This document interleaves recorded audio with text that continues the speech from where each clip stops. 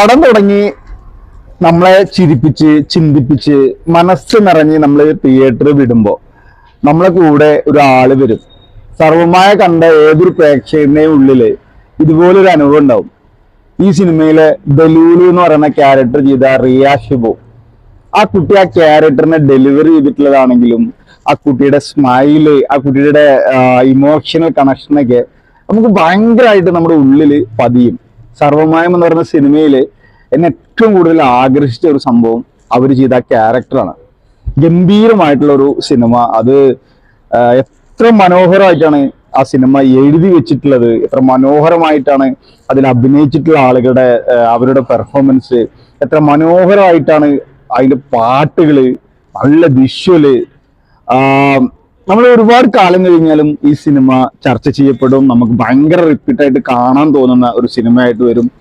ഇത് നിവിൻ്റെ ഒരു ബാക്ക് എന്നൊന്നും പറയുന്നില്ല, കാരണം നിവിൻ എവിടെയും പോയിട്ടില്ലല്ലോ.